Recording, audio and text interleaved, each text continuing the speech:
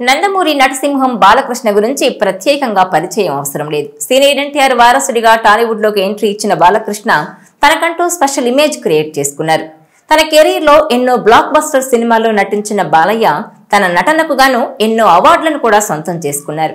అయితే బాలకృష్ణ వయసు పెరుగుతున్నప్పటికీ అదే ఫిట్నెస్ కొనసాగిస్తూ వరుస సినిమాలలో నటిస్తూ సక్సెస్ఫుల్ స్టార్ హీరోగా దూసుకుపోతున్నారు. ఇటీవలే బాలకృష్ణకు పద్మభూషణ్ అవార్డు ఇచ్చి సత్కరించింది కేంద్ర ప్రభుత్వం. ఈ నేపథ్యంలో హిందూపురంలో బాలకృష్ణను ఘనంగా సన్మానించారు. ఈ కార్యక్రమంలో ఆసక్తికర వ్యాఖ్యలు చేశారు బాలయ్య బాబు.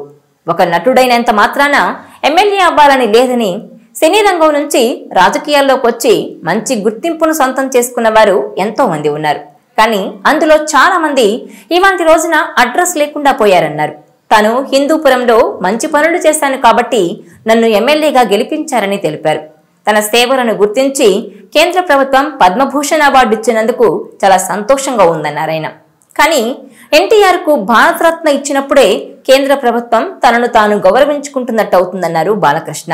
ఎన్టీఆర్ తనయుడిగా పుట్టడం తన అదృష్టమని, ఉమ్మడి ఏపీ మాజీ సీఎంగా, దివంగత నటుడిగా ఎన్టీఆర్ ఎన్నో సేవలు చేశారన్నారు.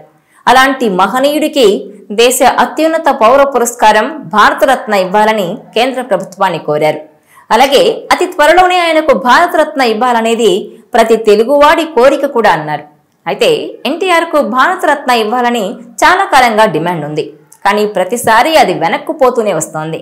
రాజకీయాలను, సినిమా పరంగాను తెలుగువాడి ఖ్యాతిని జాతీయ స్థాయిలో ఘనంగా చాటిన నందమూరి తారక రామారావుకు భారతరత్న ఇచ్చి గౌరవించాలని పార్టీలకు అతీతంగా ప్రతి తెలుగువాడు కోరుకుంటున్నాడు.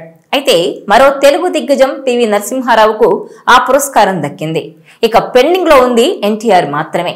ప్రస్తుతం టీడీపీ ఎన్డీఏలో చాలా కీలకంగా వ్యవహరిస్తోంది.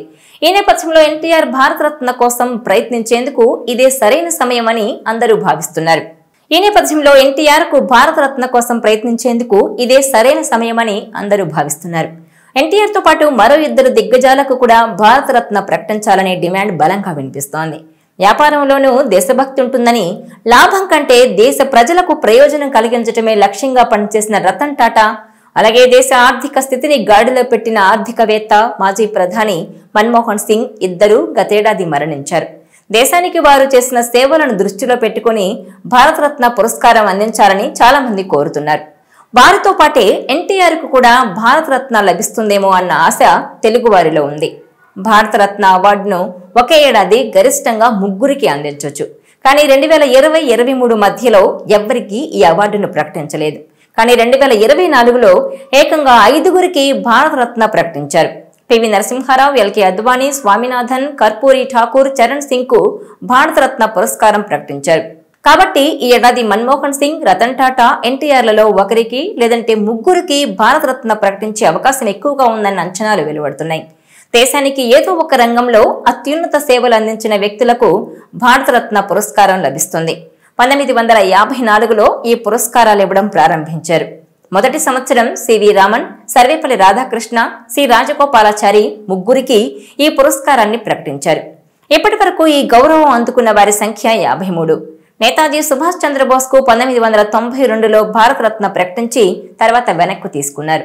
ఆయన మరణ తేదీపై నిర్ధారణ లేకపోవడంతో ఆయనకు భారతరత్న ఇవ్వాలా లేదా అనే దానిపై సందిగ్ధత కొనసాగింది. గతేడాది తెలంగాణకు చెందిన పివి నరసింహారావుకు భారతరత్న ఇచ్చిన ప్రభుత్వం ఈసారి ఎన్టీఆర్ ను కూడా అదే విధంగా గౌరవిస్తుందని ఆ పార్టీ వర్గాలు చెబుతున్నాయి. మరి ఈ అంచనాలు ఎంతవరకు నిజమవుతాయో చూడాలి.